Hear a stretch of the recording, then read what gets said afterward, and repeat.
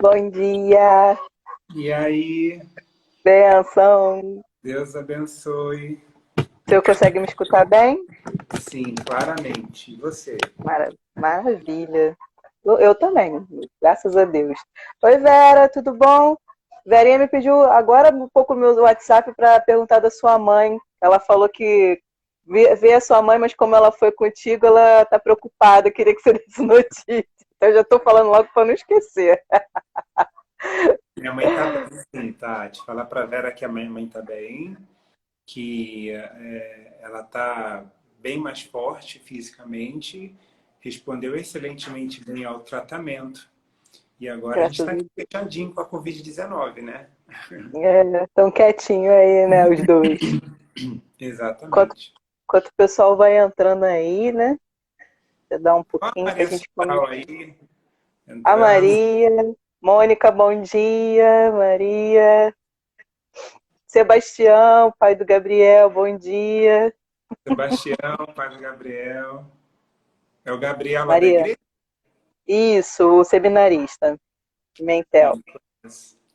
Bom dia, gente. Vai entrando aí. Senhor famoso, todo mundo quer ver o senhor. Ah, deixa o famoso saber disso. Deixa o famoso Ai, saber disso. ah. Tá chovendo em São Paulo, padre? Então, agora, nesse momento, não está chovendo, mas ontem já choveu. Hoje já está mais frio, hoje a temperatura caiu bem, né? Ó, o Aqui mouse também. da Shalom tá Mauro, entrando. bom dia. Yolanda, bom dia. Bom, padre, britanicamente são 11 horas. Vamos começar o nosso bate-papo enquanto o pessoal vai entrando, né? Vamos. Oi, Gabriel, tudo bom? Bom dia, Mariana. Então, padre, a gente está no quinto padre, né, desse projeto E Agora Padre. Você é o quinto padre. Amém. A Muito gente tem, obrigado tem pela lembrança, viu? Fiquei feliz a pelo você. gente, amém, graças a Deus.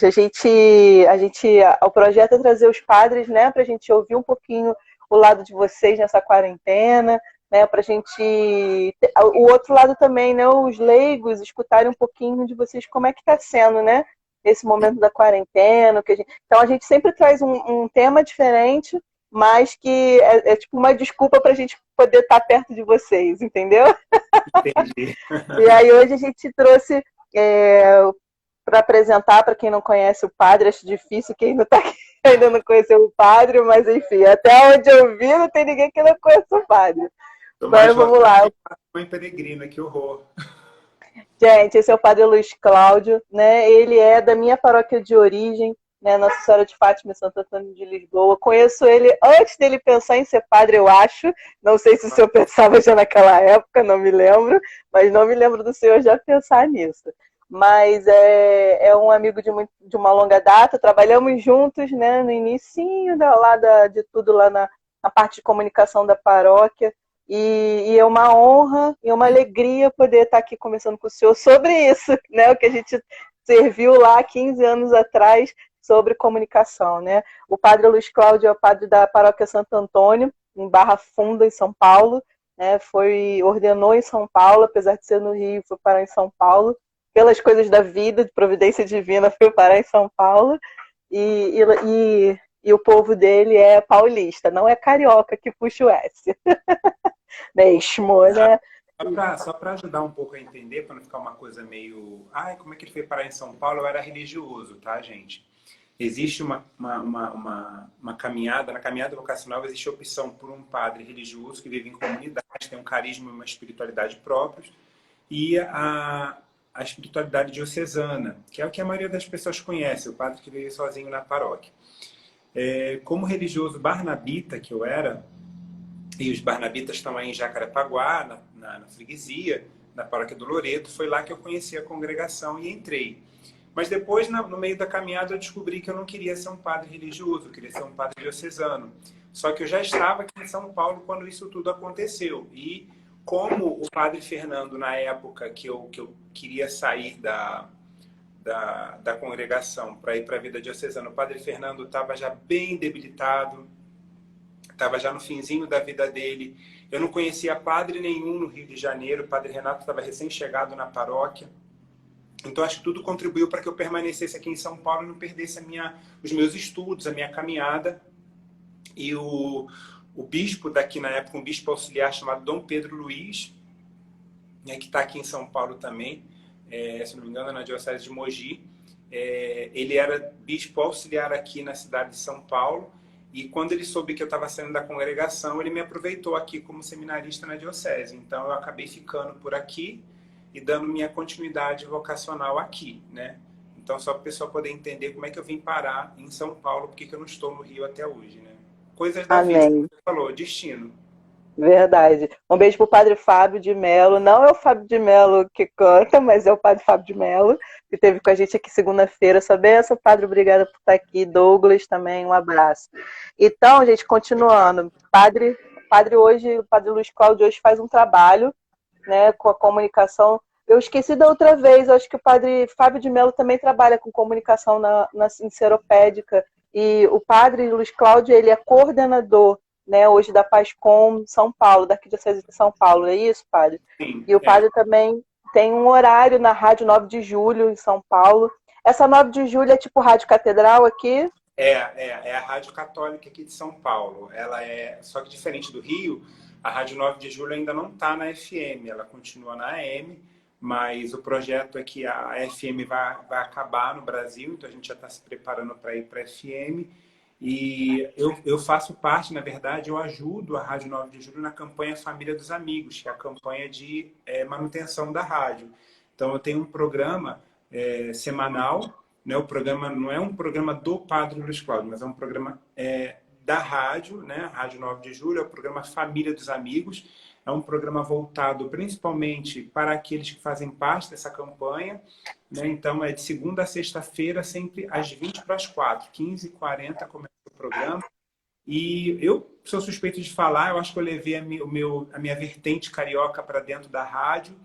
Quem é do Rio de Janeiro e acompanha o programa não estranha, mas quem é de São Paulo fica encantado, porque a gente já começa com samba, já começa com alto astral, já começa com alegria, porque nesse período de confinamento, principalmente, você já tem programas orantes, né? Já tem bastante programa orante, só que as pessoas elas estão muito introspectivas, elas estão muito tristes, né? Então, eu acho que a minha contribuição é levar um pouco de alegria para dentro da casa das pessoas. Uhum, bacana, padre. E o fevereiro o senhor fez 8 anos de padre, né? Eu me lembro da sua primeira missa lá na paróquia, foi linda, graças a Deus. E passa rápido, né, padre? Padre de ontem, o Rafael Siqueira, também fez 8 anos agora em abril, né? E a gente falava como passa rápido, né, o tempo. E hoje o senhor já está fazendo aí 8 anos. É 8 anos que o senhor já está em Barra Funda ou não? Não. Bom, na verdade, não são nem 8 anos, né, Tati? Se a gente for colocar na ponta do lápis, são 18 anos. Foram 10 anos de estudo, de preparação, né, que a gente se prepara por 10 anos e mais 8 anos de ordenação presbiteral. De fato, passa voando. A gente, tanta coisa que a gente vive, é tão intensa a vida do padre, que eu acho que nem a rotina deixa a gente perceber o tempo passar, né? A rotina diária de missas, de celebrações, eu acho que talvez também pelas funções que eu ocupo, reuniões e tudo mais, né? Então, a gente acaba não percebendo muito que o tempo passou, mas já foram aí 8 ou 18 anos desde que eu ingressei no seminário e me ordenei padre. E assim, nesses 8 anos, eu fiquei em duas paróquias. A primeira paróquia que eu fiquei foi a paróquia Nossa Senhora da Consolação. Eu fiquei 1 ano lá. E depois de 1 ano nessa paróquia, o pároco aqui da paróquia Santo Antônio, onde eu estou, veio a falecer. E assim, foi uma coisa tão repentina que eu acho que o bispo olhou para o banco assim, não viu nenhum jogador dando sopa, falou, olha, eu vou botar ele, vamos ver o que dá. E a gente Aonde passava. que era Nossa Senhora da Consolação? Onde é, né, na verdade? Não é muito longe daqui, é mais próximo do centro de São Paulo, bem mais próximo do centro de São Paulo, na Rua da Consolação. Fica numa Ah, praça sim. chamada Praça Roosevelt, muito famosa aqui em São Paulo. A Igreja da Consolação também é bem famosa aqui em São Paulo.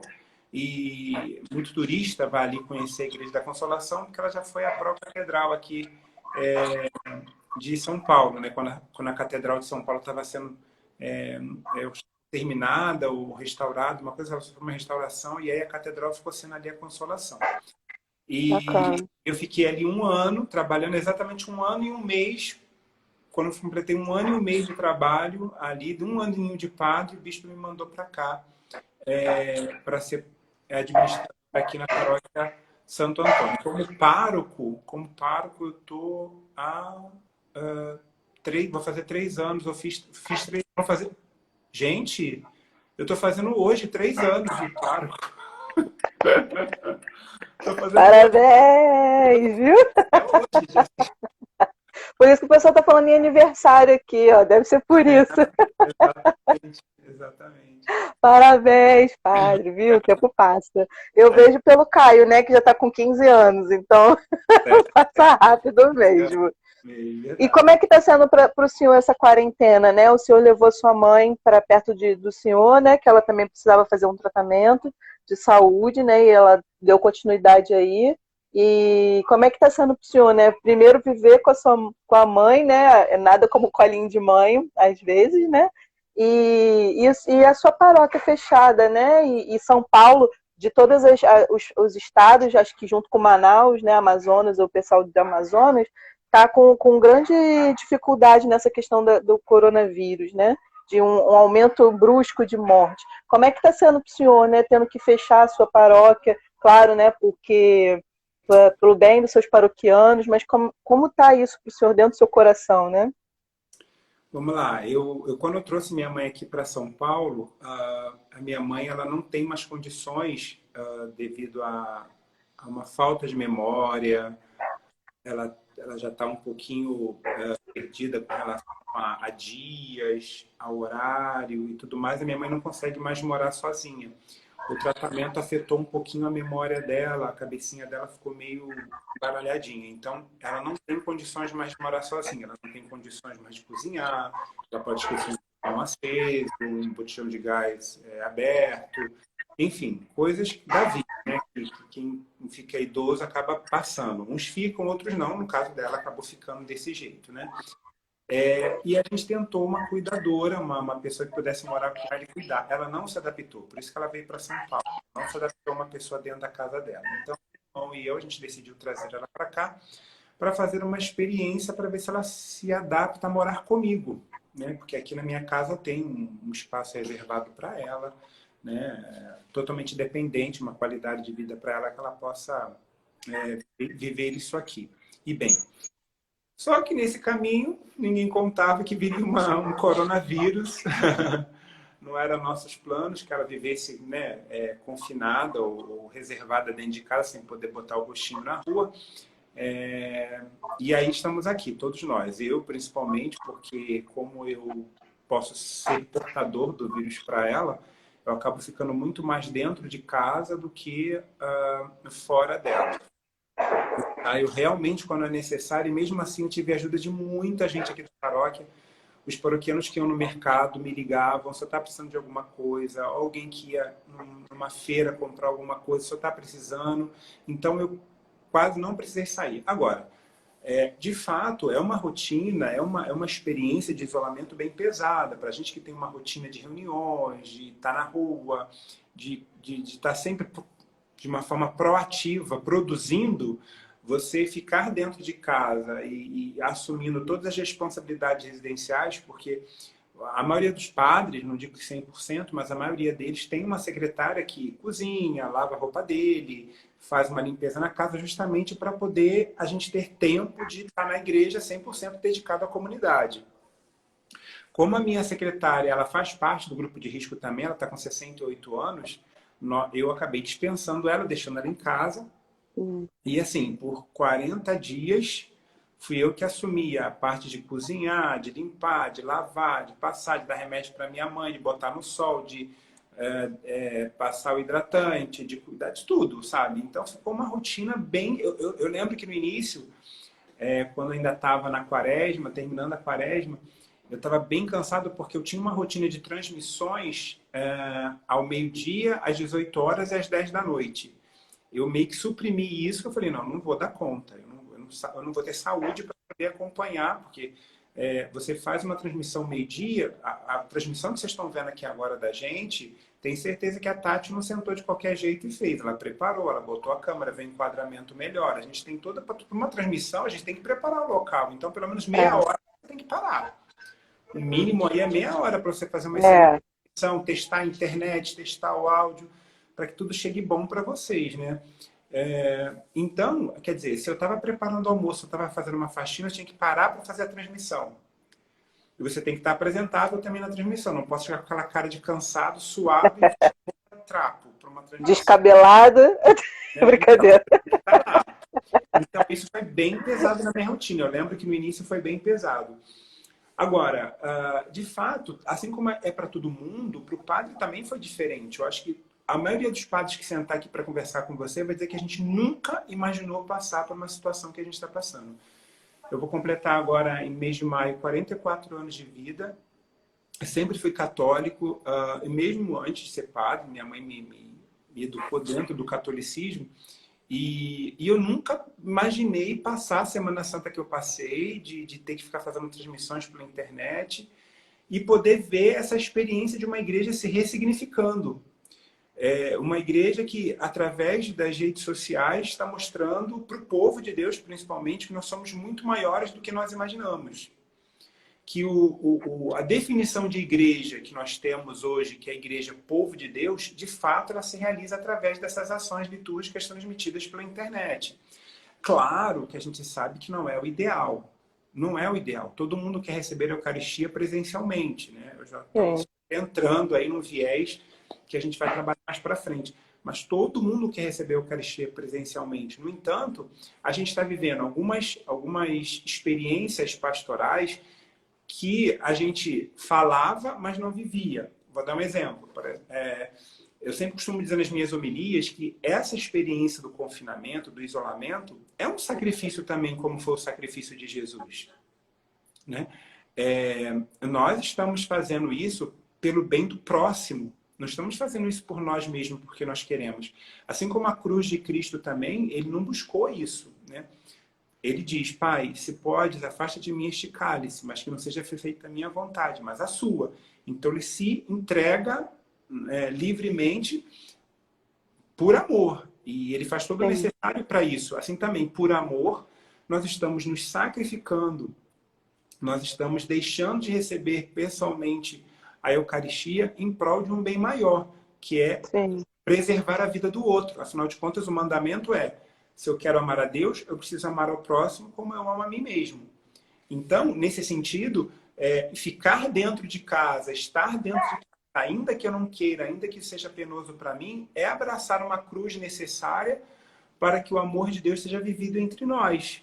Né? Então, isso que a gente tem vivido na quarentena, isso que eu tenho pensado na quarentena, eu falei, todo esse sacrifício, para mim, eu estou fazendo em prol do outro, então em preservar o outro. Qual o padre que não quer uma igreja cheia? Qual o padre que não quer os fiéis perto de si? Qual o padre que não quer? Todos nós queremos. A nossa vida são vocês. A gente vive por vocês e para vocês. Né? Mas a gente sabe que isso é um mal necessário nesse momento, é um sacrifício necessário, um testemunho que a gente tem que ter, já que está todo mundo nessa mesma vibe, né? Porque conosco teria que ser diferente, né? E a gente falava na segunda-feira com o Padre Fábio sobre solidão, né? E aí a gente partilhava dessa situação de sairmos bem de tudo isso, né? De como sair bem de tudo isso. E bem que a gente diz é mais o psicológico, mental, né? Aquele que sair bem, né,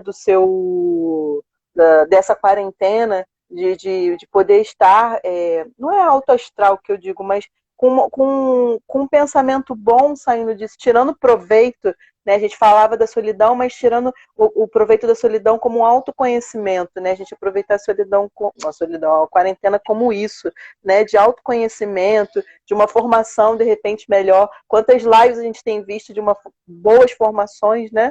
E a gente ia tirar proveito disso, né? Além, claro, das missas, dos oracionais, que é muito bacana.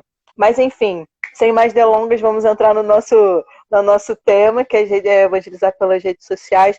Padre, eu achei uma mensagem do Papa Francisco, do último dia do ano passado, do Dia Mundial das Comunicações. Eu achei bacana trazer essa mensagem e eu vou fazer o seguinte, a gente fala, aí depois eu vi um bacana, até da comunidade Shalom, deu algumas ideias sobre, umas dicas sobre como evangelizar nas redes, e aí depois a gente entra nas perguntas. Achei bacana a gente, de repente, comentar nessas dicas, e aí depois, se der tempo, a gente consegue responder as perguntas, beleza?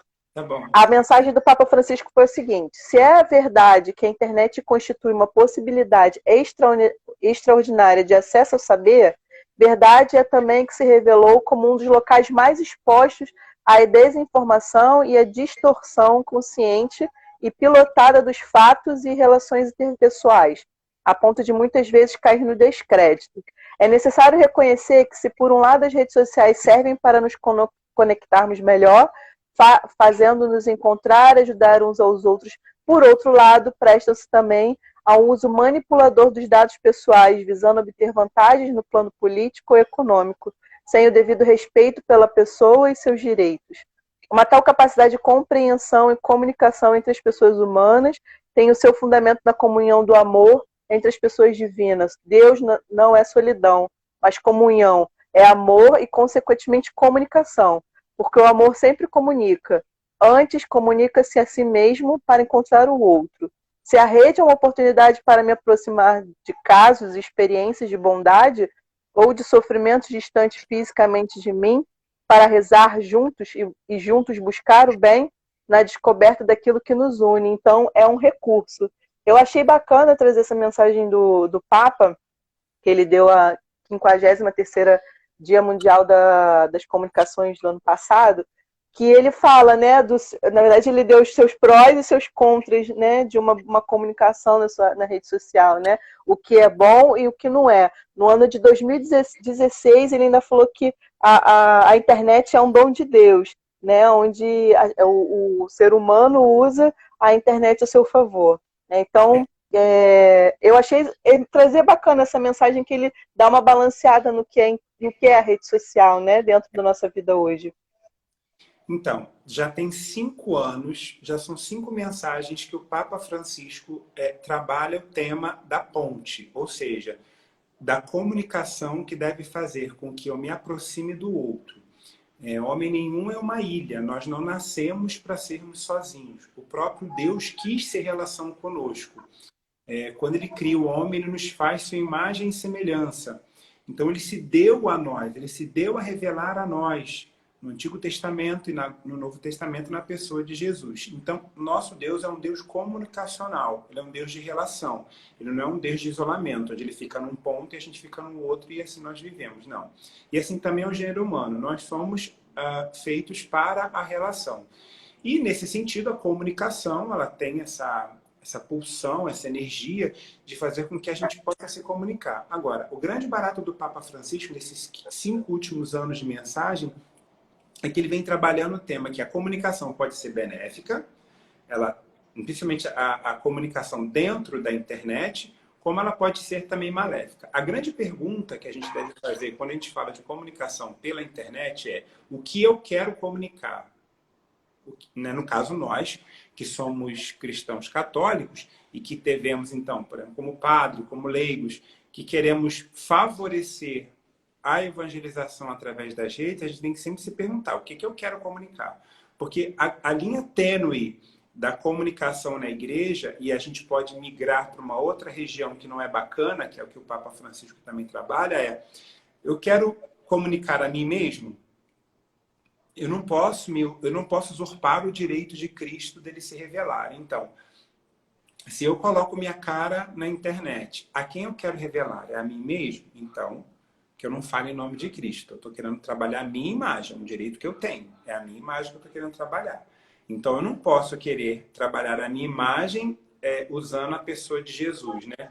Então, isso é que é o grande perigo. E por isso que ela se torna maléfica. Eu não posso tentar pegar as redes sociais e tentar fazer dela uma zona de discurso ideológico. E por isso que a gente teve aí, num período complicado, político, social do Brasil, pessoas até que terminaram amizades por conta de ideologias pessoais. E aí eu uso a internet para poder jogar o meu pensamento, né? E aí Impor aquilo que eu penso, né? e aí você acaba criando, porque aí você acaba criando discussão e aquilo que era para aproximar, pelo contrário, acaba separando. Né? Então, isso dentro do Facebook, do Instagram, do Twitter, que são redes de relações, né? A gente chama de como é que é? Aplicativos de relacionamento, né? São Uhum. aplicativos de relacionamento, então, na verdade, o que era para aproximar, na verdade, está repelindo. Mas é sempre aquela questão, o que, que eu quero comunicar? O que, que eu quero fazer aqui dentro? Qual é o meu objetivo dentro dessa rede social? Né? E aí eu pego, migro para dentro dela e vou tentar fazer meu trabalho ali. Esse é o Entendi. grande barato. Eu sugiro que as pessoas possam fazer esse... Eu percebi isso em Sorocaba no passado, me chamaram para fazer uma formação sobre esse tema do Dia Mundial das Comunicações. E, curiosamente, fui pegar as mensagens anteriores. E se você fizer um espelho essas cinco últimas mensagens que o Papa escreveu para o Dia Mundial das Comunicações, você vai ver que o Papa Francisco ele tem essa linha, né? Eu acho muito bacana da parte dele, ele tem essa linha de continuação, de continuidade. Ele não faz 5 mensagens com 5 temas diferentes, ele vai migrando uma para outra, ele vai trabalhando os temas, ele vai Uma forçando. linkada com a outra, né? E qual é o objetivo do Papa Francisco? Acredito eu, que eu não esteja enganado pelos estudos que eu fiz nessas 5 últimas mensagens. O Papa Francisco quer que, de fato, a gente viva como irmãos, que a gente crie pontes, que a comunicação possa favorecer, como está favorecendo agora, eu conversar com você, várias pessoas entrarem aqui pelo Instagram, tanto o meu quanto o seu. Estou vendo aqui muita gente, saudade, um abraço, padre, o senhor veio na minha comunidade, o senhor passou por aqui pela minha paróquia, eu te conheci antes de você ser seminarista. Eu estou lendo tudo, é porque eu não posso responder que a gente está numa live, o objetivo não é esse nesse É, momento. Mas eu estou vendo as mensagens aqui, a galera se manifestando. Ou seja, é a comunicação que toca o coração do outro. É a comunicação que cria uma afabilidade, apesar da distância. E é isso que a gente tem que ter em mente quando a gente vai para colocar o rosto na internet. Eu estou ali, mas eu estou fazendo com que as pessoas sintam no coração o que eu estou falando, que possam ser ajudadas nesse sentido quando elas estão ali do outro lado. Quando eu celebro minha missa aqui, essa é a capela daqui da minha casa. Eu só coloquei a imagenzinha de Nossa Senhora de Fátima aqui em homenagem ao Rio de Janeiro. ah, Mas ela é dedicada ao Bom Pastor, que é essa imagem que está aqui. Então, quando eu estou aqui na capela da minha casa, que eu estou falando com o pessoal, eu coloco meu coração para fora. Eu não é simplesmente uma transmissão. Né? Eu não estou fazendo uma transmissão para mim, eu estou fazendo uma transmissão, eu estou fazendo com que a liturgia seja vivida por quem está aí do outro lado. Então, cada mensagem que eu recebo, Tati, e a minha preocupação, às vezes as pessoas estão assim, a minha paróquia teve 322 visualizações na internet durante a transmissão. Minha paróquia teve 1.500 visualizações. Isso é legal, o número ele é legal, ele representa... isso representa a vontade das pessoas de poderem ver, né? Mas pode ser 30 pessoas que estejam online na sua transmissão. Mas aquelas 30, seja 30 ou seja 300, aquelas pessoas precisam receber o melhor que você puder dar para elas.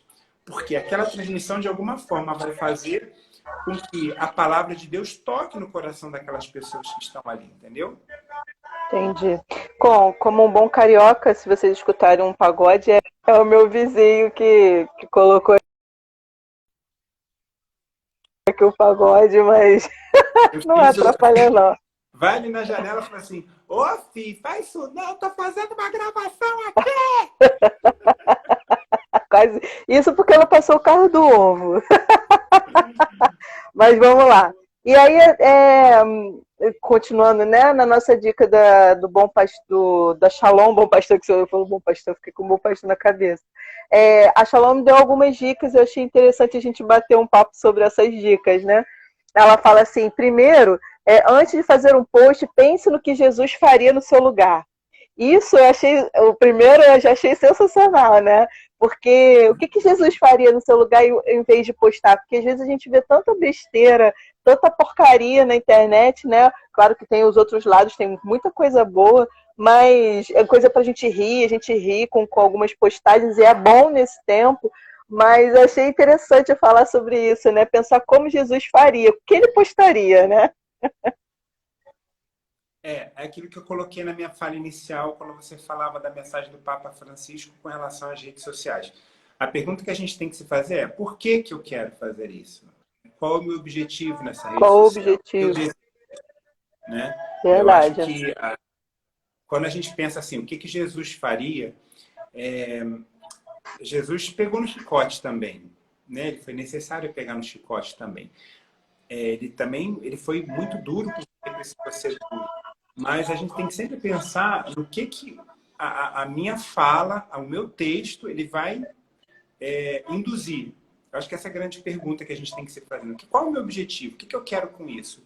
Né? Quando toda a ação de Jesus, ele fazia com muita caridade. Eu acho que a gente tem que sempre usar a verdade com caridade. Nunca faltou isso no coração dele. Jesus não era um homem que ele era... Não consigo vê-lo dessa forma. Agindo por impulso, né? Eu acho que ele era muito caridoso, ele sempre era muito ponderado. Sim. Aí o segundo ponto foi: selecione versículos de fácil entendimento e que podem ser destacados sem que fique fora do contexto bíblico. Lembre-se, a palavra de Deus não pode ser distorcida. É Então, interessante que tem versículos que, fora do contexto, né, elas perdem um pouco o sentido. mas eu acho que o mais importante, Tati, eu diria o seguinte: se eu estou querendo fazer uma rede social, uma conta numa rede social em que nela eu vou refletir a palavra de Deus, então a palavra é de Deus e não minha. Né? Então eu preciso estudar. Eu não posso pegar numa... A palavra de Deus, ela não pode ser usada eu acho que... né, as pessoas, né, eu acho que no círculo, eu acho que não, acho que você vai achar qualquer outra coisa. A palavra de Deus não é... O padre Júlio fala que quando a pessoa fala eu acho, eu já não escuto mais. Eu acho que essa palavra me tocou. Não, meu amor. Vai achar a laranja doce ou azeda, vai achar um preço barato das coisas. Não achar, não. Né? Ninguém acha na palavra de Deus. A palavra de Deus já é a verdade revelada. Então, ela existe uma mensagem. Quando João escreve, quando Mateus escreve, quando Marcos escreve, quando Lucas escreve, qual é o objetivo deles? Qual é o objetivo daquele evangelho? Com o sentido do objetivo do evangelho, você pode fazer uma reflexão sobre aquela palavra. Agora, quando você pega aquela palavra, então você vai tentar ratificar uma ideologia pessoal, você mata a palavra. Você mata a sua transformação, você mata todo o seu objetivo. Então, por isso que a Shalom colocou isso. Verdade. Né? Que preciso, então, você ter o verdadeiro sentido da palavra, tomar cuidado. Sentido, né? Para que o texto não seja modificado. O texto bíblico ele tem um objetivo. Seja aquela verdade revelada, né, que está sendo colocada. A interpretação que a gente fala, que é a exegese que a gente faz, não pode fugir daquilo que é a proposta do texto. E aí sim, aí abre um parênteses aqui, Tati. A partir daquela reflexão, a partir daquele estudo bíblico, aí sim você vai falar: olha, essa palavra caiu no meu coração dessa forma. Porque aí cada um vai avaliar a si mesmo e vai ver onde a palavra de Deus, né, vai tocar em seu coração. Para uns vai tocar de um jeito, para outros vai tocar de outro, porque cada um tem uma vida e aquela palavra, né, vai cair no coração de alguma forma.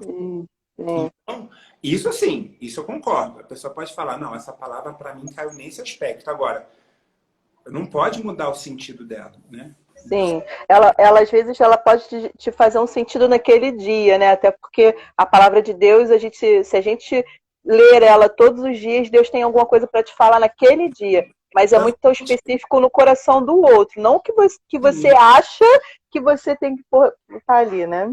Tanto que os textos que a gente vivencia na nossa liturgia, eles se repetem. Né? Os textos se repetem. E é lindo. A liturgia da Semana Santa, né? Então, se a gente for mudar para cada ano, é porque é o mesmo, vamos tentar mudar. Não tem que mudar. O texto é o mesmo. O que muda é a pessoa. Naquele ano, aquele texto caiu para mim e me tocou nesse sentido, né? Verdade. E aí, no terceiro ponto, eu boto assim: esteja atento às necessidades das pessoas ao seu redor e o que acontece no mundo. A igreja precisa responder às demandas da nova geração com o evangelho, inclusive nos canais digitais. E é interessante você estar sempre atento, né, no que está acontecendo, porque é uma coisa só, né? Às vezes as pessoas querem tirar a igreja do mundo, mas ela faz parte do mundo, né? Ela não, é claro que ela não é o mundo, né? A gente tem uma música até que a gente não vive nesse mundo, que não é esse nosso mundo. Mas deixa eu tentar colocar uma frase assim que o pessoal possa entender, né? A igreja, ela faz parte de pessoas, né? A igreja é feita de pessoas, né? E aí às vezes a gente quer deslocar a igreja do mundo e não é isso. Né? Acho que a gente precisa entender. Ontem eu vi um texto de um cardeal, onde que foi? Eu não me lembro agora.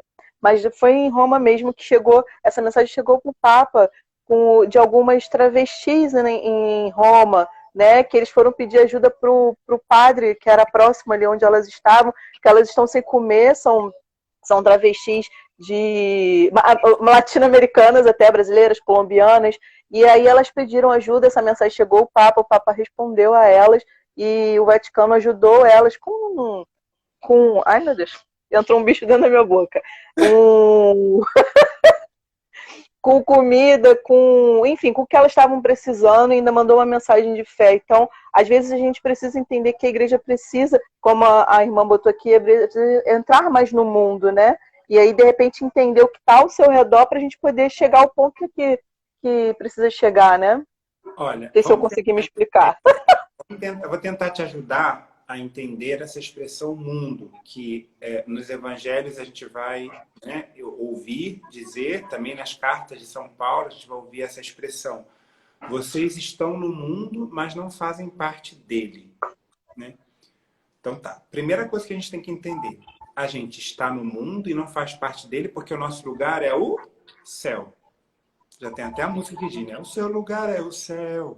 É lá que eu quero morar. O meu lugar é o céu. Ou seja, o nosso lugar é o céu. Tá?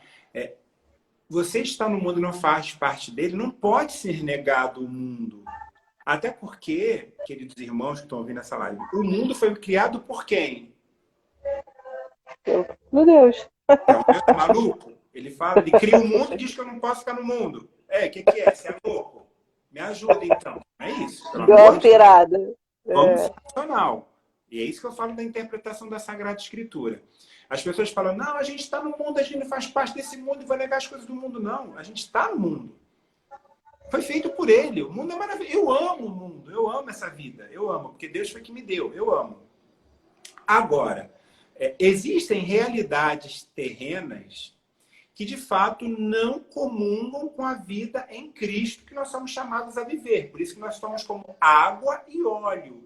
Estamos no mundo, mas não nos misturamos às coisas ruins que esse mundo nos apresenta. Afinal de contas, até pela Sagrada Escritura que a gente estuda, o homem se corrompeu no pecado. Ele experimentou, ele usou mal a liberdade dele, e por isso nós estamos até hoje pagando um preço do mau uso da nossa liberdade. Né? Quando a gente não usa bem a nossa liberdade, a gente rompe com a aliança com Deus, ou seja, a gente come o fruto. A gente experimenta o fruto da liberdade, muitas vezes erroneamente. Então, quer dizer, a primeira coisa, estar no mundo, estamos nele. Ponto. Foi criação de Deus o mundo. Então, o mundo é algo bom, não é algo ruim. Então, a gente não vai ficar controlando, não vou ter contato com as pessoas. Agora, o mundo tem as suas necessidades e a gente precisa operacionar isso, né? Nós temos hoje como, respondendo um pouco a sua questão, né? Como não trabalhar o isolamento social nas nossas homilias. Como não trabalhar a solidariedade às nossas homilias. Como não trabalhar a misericórdia nas nossas homilias. Como não trabalhar a compaixão nas nossas lives. Ou seja, tudo isso faz parte dessa realidade que nós estamos vivendo.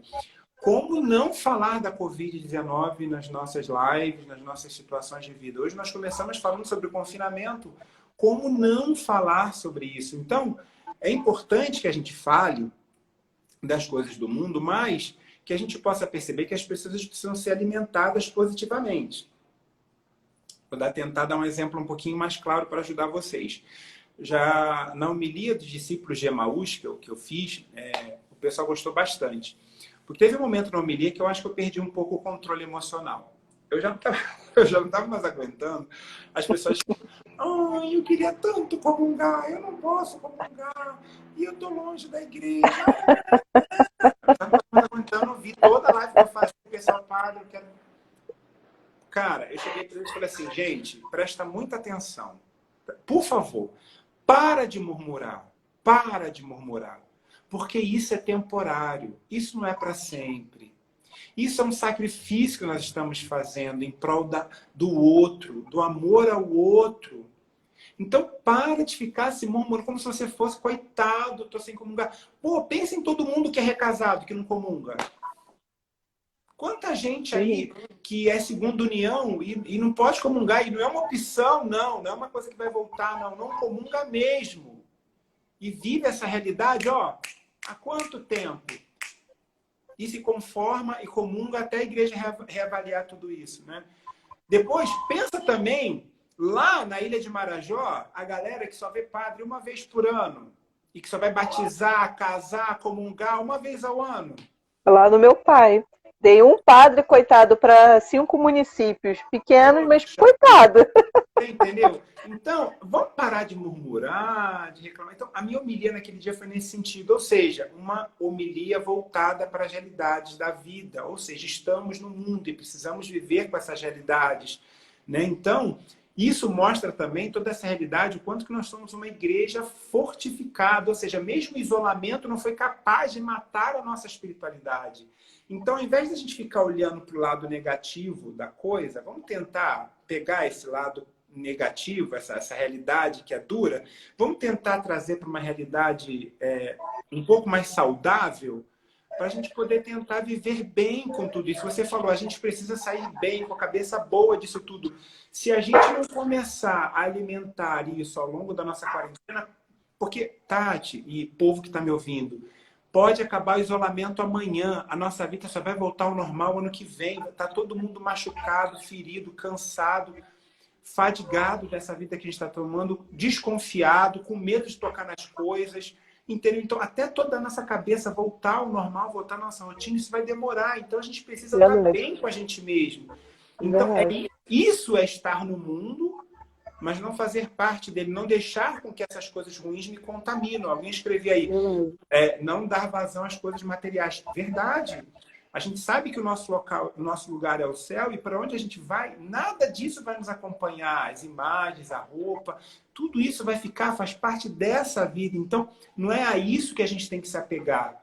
Usar tudo de forma saudável, né, padre? Tanto os materiais e o pessoal tá falando aí parar de vitimizar. Eu também tive uma pirada dessa no início, né? Porque o pessoal tava falando, não vou à missa. Cara, eu vou à missa todo dia, diária. Eu vou andando na minha casa até a paróquia.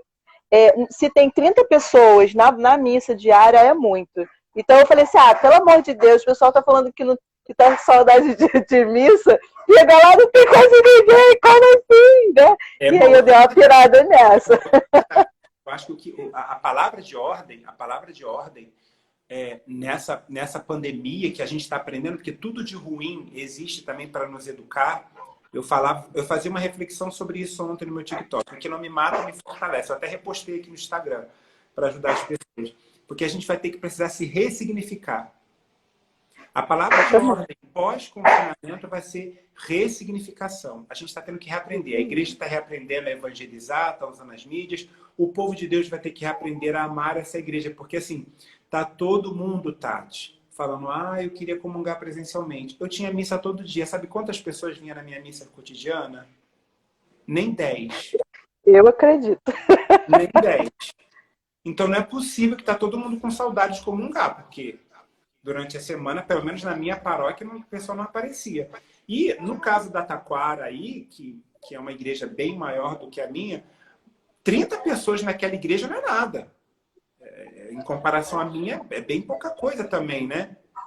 Então, assim, a gente vai ter que reaprender, eu acho que isso é bacana, as pessoas estão vendo assim, olha, quando eu podia ir, a preguiça não me deixava.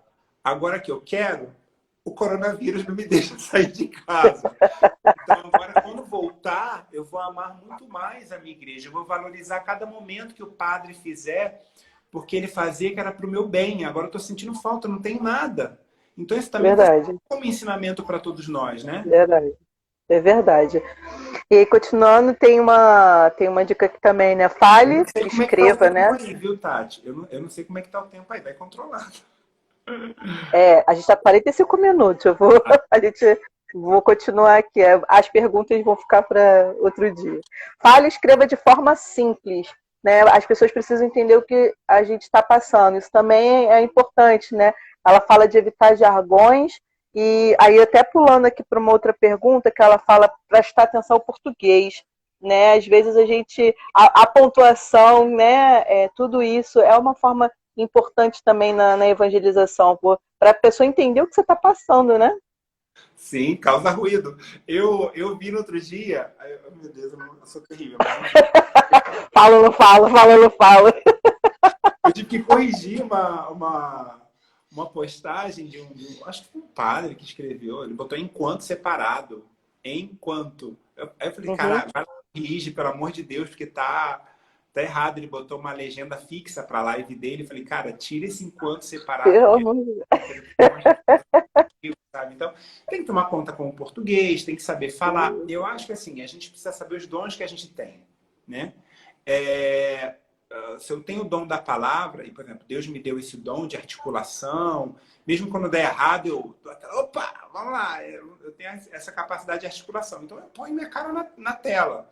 Agora, se eu não tenho isso, eu posso fazer através de textos, postagens. Eu posso fazer isso através de tanta coisa que vai ajudar tanta gente, né? Verdade, Mas é cuidado. verdade.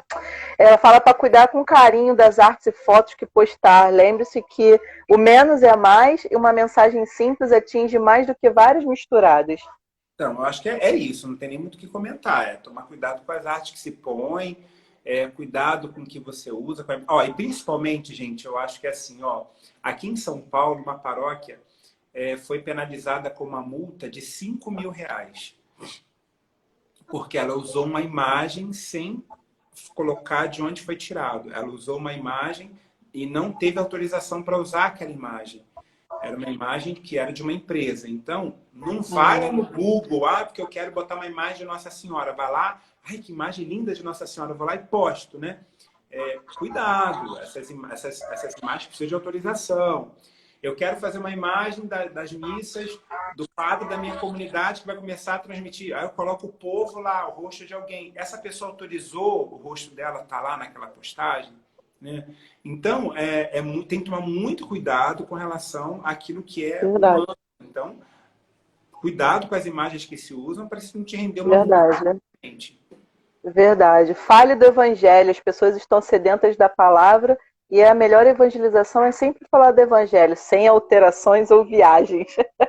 Viagens foi ótimo, bem parênteses foi ótimo. Então, mas é aquilo que a gente já falava no início, né? É, Para interpretar a nosso bel prazer, né?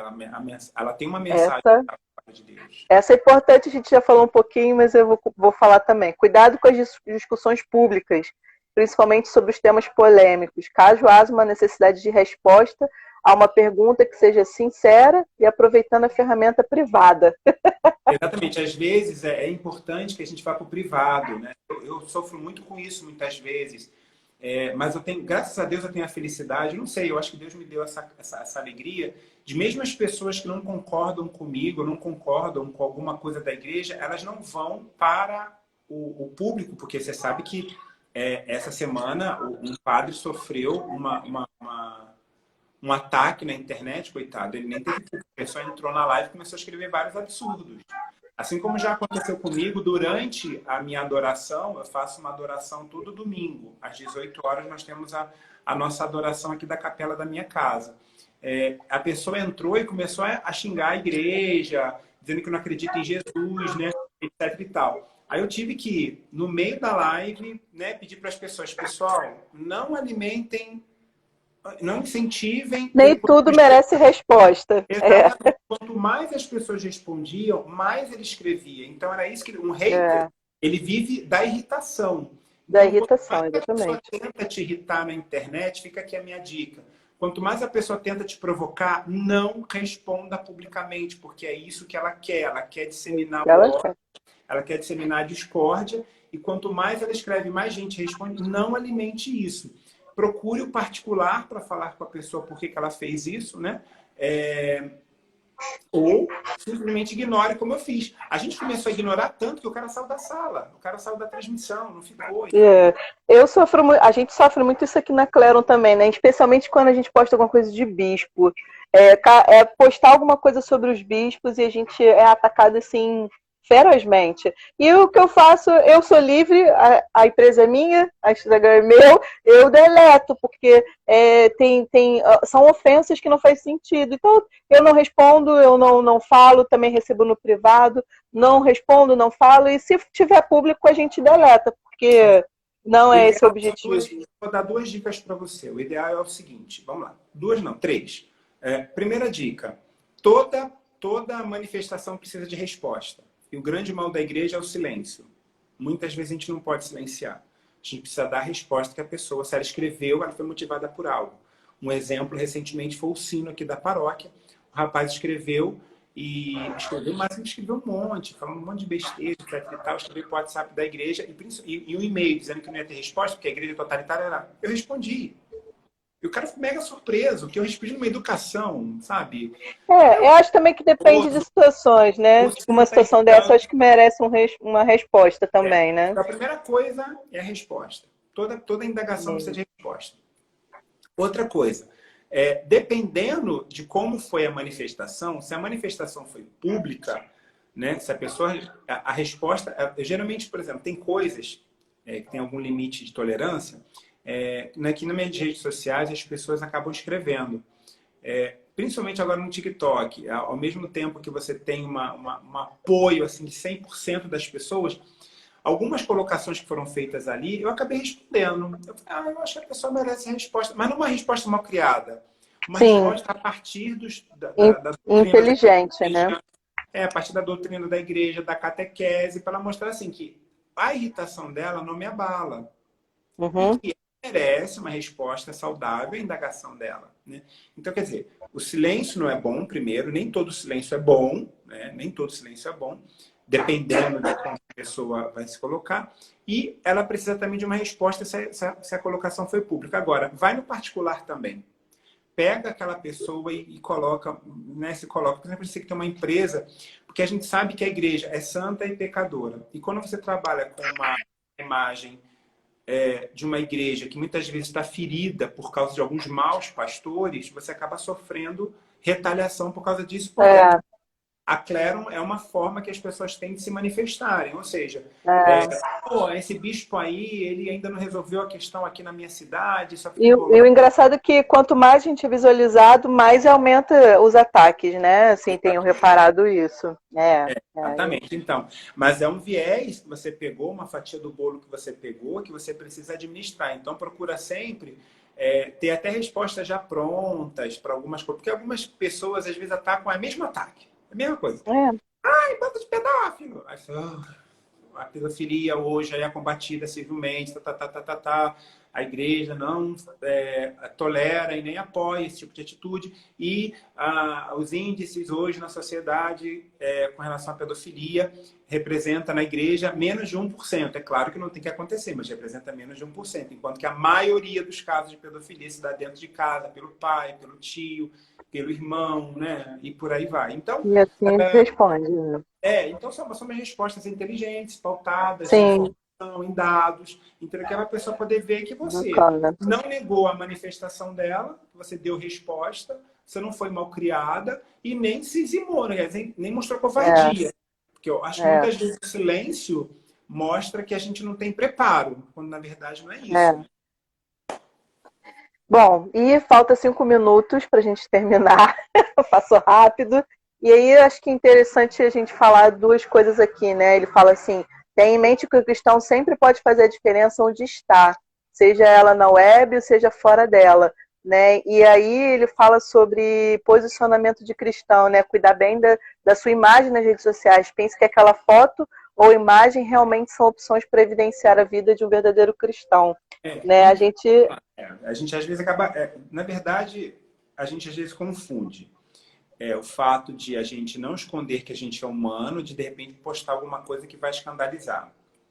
Eu falo isso, vamos lá, eu falo isso para meus coroinhas. Teve uma época aqui, a gente sabe que a adolescência é uma época em que a gente rompe com os pais, a gente é meio rebelde, né? E as redes sociais deles eram narguile, cerveja e tudo mais. Eu tive que fazer uma reunião, eu sentei com todo mundo e falei assim, o que vocês querem me derrubar? Vocês querem o quê? Meu impeachment?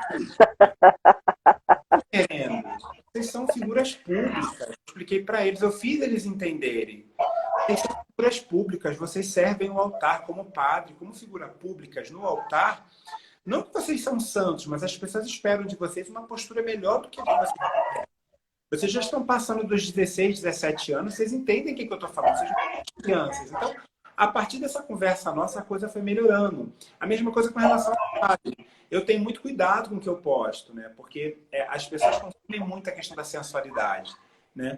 Então, a gente teve uma vez que eu fui na praia, essa postagem está até no meu Instagram, e eu estava nessa posição aqui, ó, pegando alguma coisa no cooler, acho que era um refrigerante, alguma coisa. E aí o Zé Roberto, que é o padre que estava comigo, tirou uma foto minha. Não apareceu meu peito, não apareceu minha barriga, não apareceu minha perna, mas apareceu meu ombro. E eu postei isso. Gente do céu, mas com um tal de olha, isso não acha que não é bom botar essa foto? Porque isso vai incentivar o desejo das pessoas. Eu falei, putz, mas a pessoa tem tara por padre, eu não sou por isso. Ela começa a trabalhar, eu tô ali, eu tô feliz, eu tô sorrindo, foi um dos sorrisos mais lindos que eu já tive numa foto, entendeu? E aí agora, no TikTok foi a mesma coisa. Eu fiz uma postagem, e o TikTok que eu tenho, só quase terminando, né? Só para esclarecer. Não é de evangelização, o meu TikTok. Aliás, nem é essa a proposta do aplicativo. A Mônica falou que morreu de rir aí com as suas postagens no TikTok.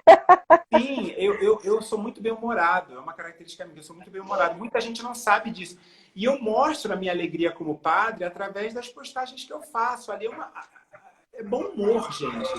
Então, eu fiz uma postagem que eu estava deitado assim na minha cama, só apareceu daqui para cima. E eu coloquei assim, tem duas coisas que as pessoas, quando eu falo, verdades que eu falo que ninguém acredita. Né? Primeiro, que eu sou padre. Segundo, que eu tenho 44 anos. Gente, até hoje, isso já tem mais de um mês, até hoje tem comentários. Eu vou pecar, que não sei o quê. Eu morro de rir, né? Eu morro de rir. E eu nem tive... Depois eu falei, será que eu tiro a postagem? Eu falei, eu não tive a intenção de fazer nada. Eu não tive a intenção de sensualizar as pessoas que ficam vendo pelo no cabelo de careca, entendeu? Eu não vi nada, entendeu? E aí, as mulheres, de especial, 100% são mulheres que comentam, é muito engraçado, né? E uma outra pessoa entrou para falar isso. Não denigre a imagem da igreja? Falei, não, porque 99% das pessoas que estão aqui falaram, se eu estivesse em São Paulo, eu iria na sua missa. Né? Então, amém. A gente está com 1 minuto e meio faltando, vou te pedir o final, a bênção, né? Te agradecer, padre, por essa live, foi muito bom, passou muito rápido. Né? Todas as lives acaba ficando conteúdo, mas se ficou conteúdo para falar é porque foi bom. Então, eu te agradeço a sua disponibilidade de parar um pouquinho aqui para falar um pouco com a gente. Né? Tem um dito, né? Diz-me quem tu segues, eles falaram aqui, diz-me quem tu segues e eu te direi quem tu és. Né? A gente prestar atenção quem a gente curte, quem a gente compartilha. Quando a gente compartilha é porque a gente está concordando com aquilo que a gente está vendo. Né? Então, a gente ter cuidado um pouco com isso. Enfim. E acabou, te agradeço. Novamente, toda a live eu tenho agradecido ao Eduardo, né, com as lindas artes que ele tem feito para mim, da hashtag. Muito obrigada. Né, obrigada também ao pessoal da Adora Comunicação, que o senhor acompanha eles espiritualmente. Obrigada, irmãos, por estar aqui com a gente. Vou te pedir a bênção que vai acabar. O Senhor esteja convosco. Ele está no meio de nós. A intercessão da bem-aventurada Virgem Maria, de São José, abençoe-vos o Deus Todo-Poderoso, Ele que é Pai, Filho e Espírito Santo. Amém. Amém. Vou salvar, tá, gente? Um beijo, padre. Beijo.